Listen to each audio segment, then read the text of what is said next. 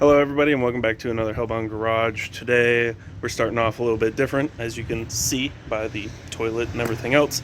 We're gonna go head to the dump. That way all this stuff that was piled up in my driveway that you probably saw in previous videos gets out of my yard, as well as we get rid of the bed at the recycling center and get a weight of what the truck now is at, with the flatbed being done for the most part. So stay tuned. Well, if you're curious how much this truck weighed, because we've finally figured out how much it does, you're actually gonna have to wait until the end of this video and I'll let you know, because this happened. So yeah, this is where we're at, and this is real great timing because it just took a huge dip in the temperature and it's like 40 degrees out of here instead of the almost 80 that it was yesterday. Tells you when exactly this happened.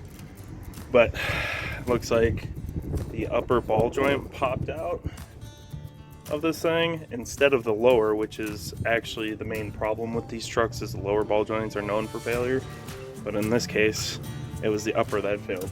And funny enough, I religiously check this thing every 5,000 miles. Every time I do an oil change or I take the tires off for whatever reason, I check the suspension because I know how well known they are for ball joint failures. So even with me checking it religiously, this still happened. So I'm going to fight this, and after I get this all taken apart, I'll check back in with you. Progress update.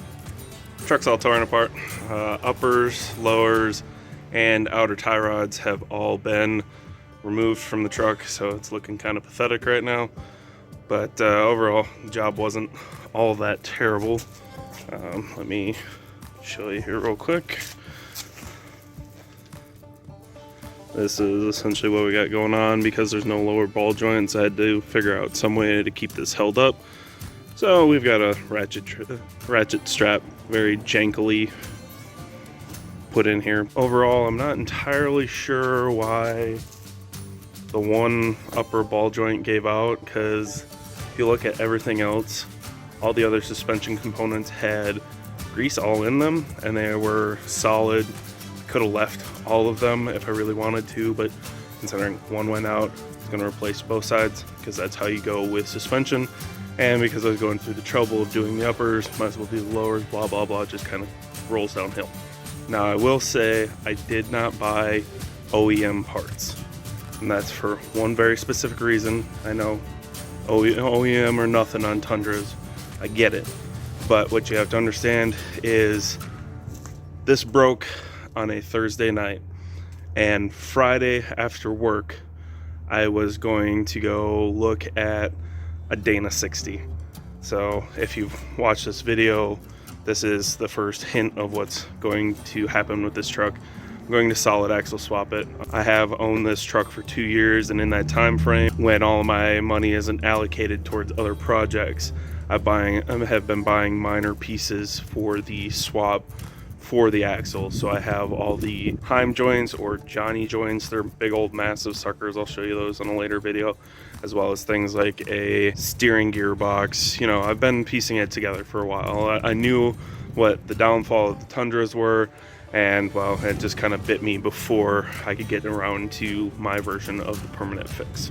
We're going to continue with the rest of the flatbed finish up, and then in the process somewhere along there I will finish putting back the front end together. Alright, so the first thing we need to do in order to make sure that my truck is 100% road legal is going to be dealing with that hole right there. This guy goes in it. So these are going to be my new reverse lights. They're by Nylite. I've had decent luck with Nylite products in the past. They're on Amazon and they're like 30 something bucks. But essentially, that's gonna slide right into this hole. And when I hit the reverse, it's gonna brighten up the world and make it nice and easy to back up. Especially in my driveway, because it's long, there's not a whole lot of light. So it's just gonna help with things of that nature. And then when I do the next part of the flatbed project, it'll help with that, because I'm not going to have my rear view mirror at that point when that piece is installed onto the truck, whenever that is. Now essentially, to get this hole we started off with something like this. I'm not sure if you can see it, but there's 4 little holes that I drilled out. I had it all laid out before I bedlined the truck, but because it wasn't an absolute necessity at that point, I just painted over and figured I would deal with it later. My template that I'm using is this guy here. These are given to you by Nylite in the box, so got it all lined out and drilled. So I just literally used this again and then traced on here. After I got to this point, I then used a series of drill bits and drilled, I'm sure you can probably see it, holes in all 4 corners. And then I used a grinder to cut the hole out, and now I will go through with a carbide burr and clear this all out and get this installed. Once I get them all installed, I'll check back in with you. And there we have it, flush mounted reverse lights on the flatbed that are bound to be really, really bright. At the end of this video, I will do a full walk around with all the lights on so you can see just how bright they are. Well, if you can tell, there's no truck here. Pile of broken parts, another pile of broken parts, and I got it done. And as you can tell from everywhere, if you can't, there it is, out there, yay! If you can't tell, we started getting a bunch of snow. It's during the week at this point, and I managed to get the truck done at midnight, which was roughly, I think, 3 or 4 hours before this lovely snow mess. And as much as you don't see any snow on the concrete, it is wet, nasty, and mushy, so I was really pushing to get that done and back on the road before the snowstorm has started. In this mushy pile of rusty parts, this ball joint right here happened to be the hardest part of the entire thing. And the whole reason that was the hardest part is, well, it's press-in, so I tried the trick with freezing the ball joint and heating up the arm, and it half worked, not really. So I had to struggle with this guy. So this is your ball joint press you can get from any auto parts store as a rental tool. And overall it works really well. The problem is the way that it had to be angled. This part here that you actually spin had to be pointed down towards the axle. So you couldn't get an impact of any kind in there or a socket. You had to use a wrench, and for me the only thing I have that's that big that'll fit is an adjustable wrench.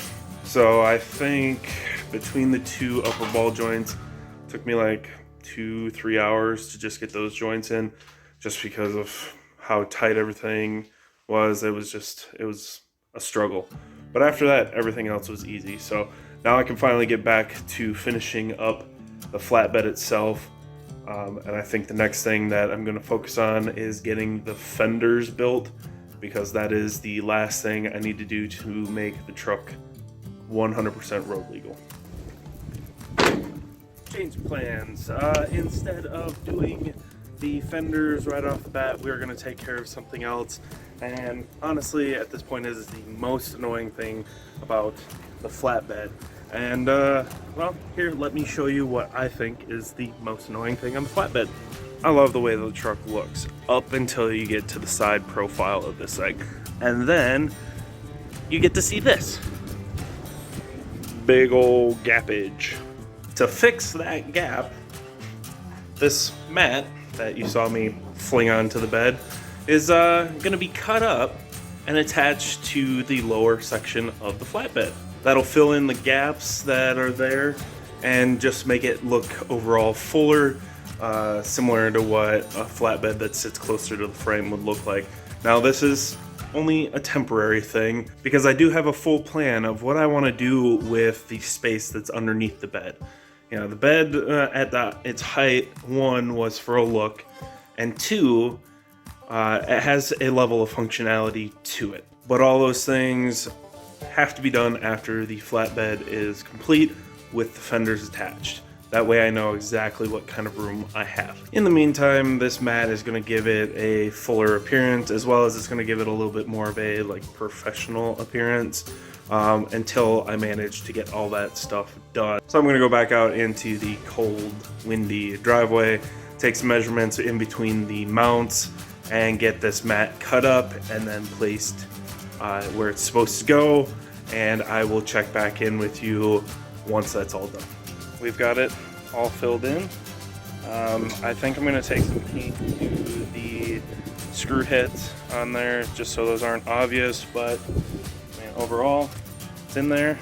You can no longer see all the way through. Yes, there's little gaps because it's not perfect, but hey, the only thing I didn't do was install this one piece, and that is because this one piece actually goes right in here, and this is the fuel filler section, and currently it's being held by zip ties. So there's that.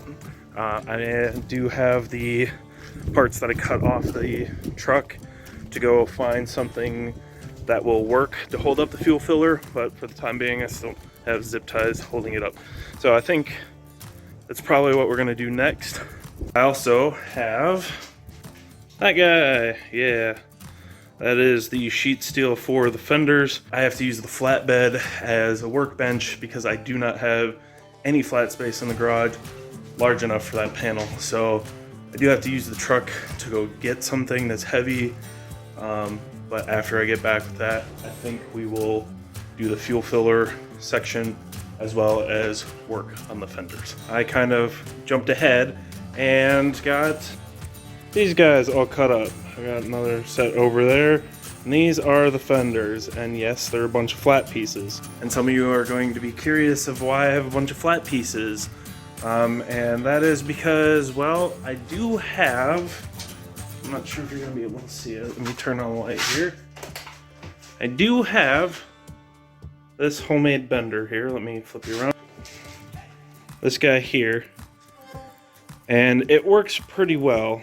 If you've seen the Datsun videos, then you may have seen some of the other pieces that I've bent in the past, but the angle that I'm going for is a 45-degree angle, and I want a super hard, crisp line. I like these super edgy fenders that I've seen on a couple of flatbed companies or tray companies over in Australia that they have.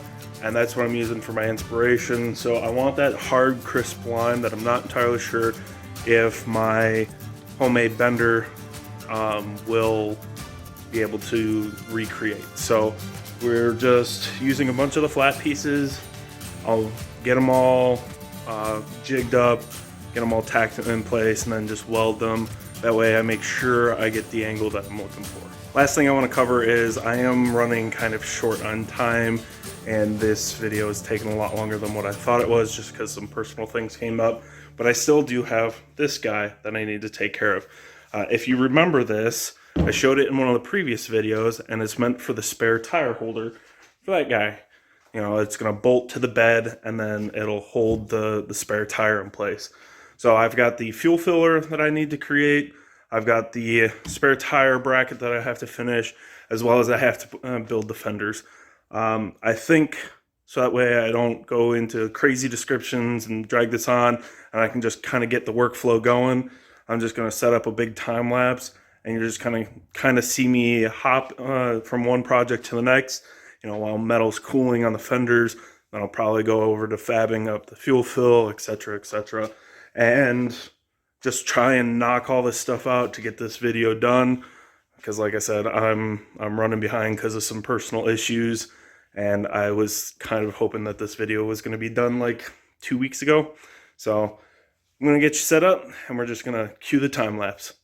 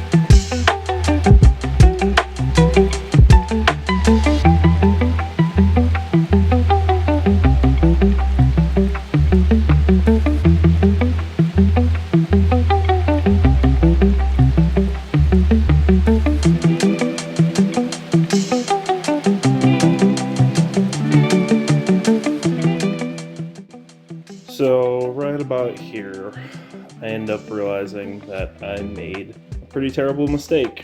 The mistake would result in a bunch of wasted time and a bunch of wasted material if I didn't come up with a solution. And the only solution that I could come up with meant that I had to deviate from my original design, and I wouldn't exactly get that perfect fender that I was looking for.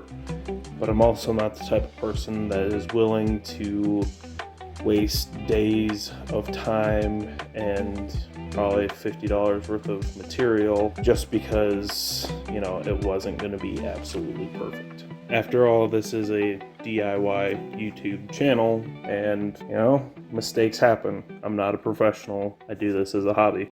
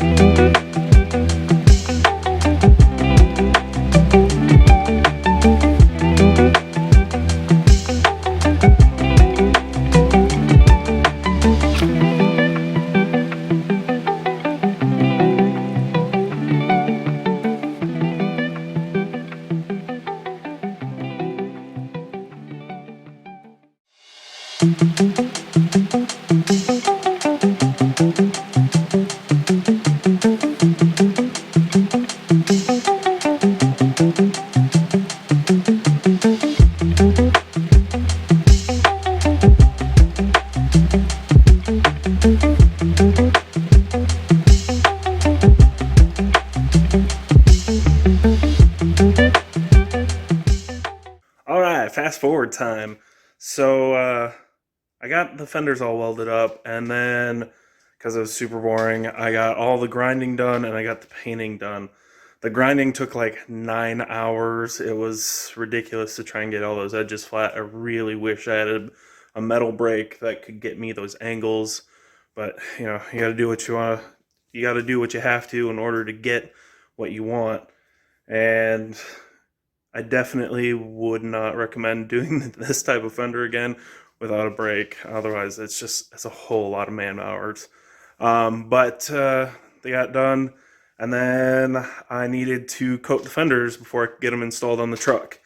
And I was a doofus. I decided to spray paint, but because of the temperature that it is in the Midwest at this point, you can't really paint outside. That won't cure, it doesn't do what it's supposed to, and things just turn out terrible. I ended up bringing them inside my house, which wasn't bad up until this guy right here. Now, unfortunately, because of the size of the fenders, it needed 3 cans, which nowadays with prices of everything going up, cost me like $60 for the 3 cans. Now the issue is not with the price, but is with the fumes and the smell. Regular spray cans with the paint wasn't bad, but the fumes that the bed liner put out was absolutely terrible. I got about a half can in and it just completely reeked out the house, and it wasn't good. I ended up having to open up all the windows in my house, even though it was like 10 degrees Fahrenheit outside, to aerate the house and just get it back to normal. It was super bad. Now, had I done the same thing that I did with the rest of the flatbed and picked up the kit of roll-on stuff that was a little bit more expensive than the 3 cans combined, things would have been completely different. I could have left it inside and dried and got a really good result.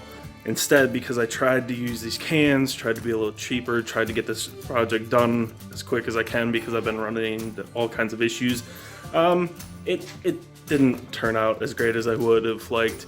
I got it done, but it's definitely something that I will probably end up having to redo because the coating's thin in some places, thicker in others. It's what happens when you try to spray can anything in the middle of winter when it's almost 0 degrees Fahrenheit. It's just what happens. But anyways, let me show you what I got done. I've got everything installed on the truck. I do have one little bracket that I need to finish, but with the fact that it's, you know, in the negative degrees Fahrenheit right now, I'm not fond on working outside right now, so it'll be a spring project. But I wanted to get this video done, show you what the truck looks like, show you what my version of a base flatbed should look like, or a base tray should look like, and then I'm gonna build some things off of it. But let me show you what it looks like. All right, so it has been snowing on and off for like the last week, and then we got one good big snowfall, so the truck is filthy right now. I don't have any good video of it all clean. It's been too cold and too snowy to get it cleaned up. But let me show you what it looks like. That's the fenders. Now you have to keep in mind that these fenders, I measured and designed these around tires that are 4 inches larger than these because of future plans. But let me walk around here. That's what they look like from the side there. Got the spare tire carrier up here. If you look at it, I'm not sure if you're gonna be able to see it with the sun, but this is a simple twist, and then this will come off. And if you look in here, not sure if you can see it, but it bolts in 4 places. So a future project that I have for this is going to make it so I have to remove the spare tire carrier, because that spare tire carrier, the thread sticks all the way out to where the handle's at. Planning for future, it had to be completely removable. I like the results. Like I said, I got one more bracket that I gotta build, but that's just gonna have to wait till spring. I'm standing in a snowbank and it's currently 20 degrees outside. But at this point, the truck is back to completely road legal with all the lights and the fenders. The fenders were the big thing that made this vehicle not street legal, with the possibility of chucking rocks and stuff at people behind you. You have to have some kind of fender guard or mud flap. These still actually might technically be too tall, and I may technically need mud flaps if I get pulled over at some random time because of it. It'll be easy to take care of it, but for the most part, with the best of my knowledge, the truck is now completely road legal again. Now, if you're curious, the total weight on the Tundra as it sits is 5,500 pounds. It was 5,430 on the scale, but that was before the fenders, and that was before putting the spare tire back on the truck. So you add in the fenders and the spare tire, and it's right around 5,500 pounds, which it's a heavy girl, but overall I'm happy with it, which honestly, at the end of the day, is all that really matters. Better than the rusted out hole of a bed that was on the back of it beforehand. To say that this video took way too long, way longer than it was supposed to, is definitely an understatement. As you can tell by the climate change throughout the video, there's been a lot of stuff going on, and I've been struggling with home renovations as well as, you know, a bunch of other things. But now that the truck is done, we can get back to doing things inside the garage, which is much easier to control. You don't have the weather dictating what you can do. And we're no longer working on my daily driver. So just another reason not to turn a daily driver into a project, because things take way too long. But anyways, thank you for watching. Do what it takes, I ain't making mistakes.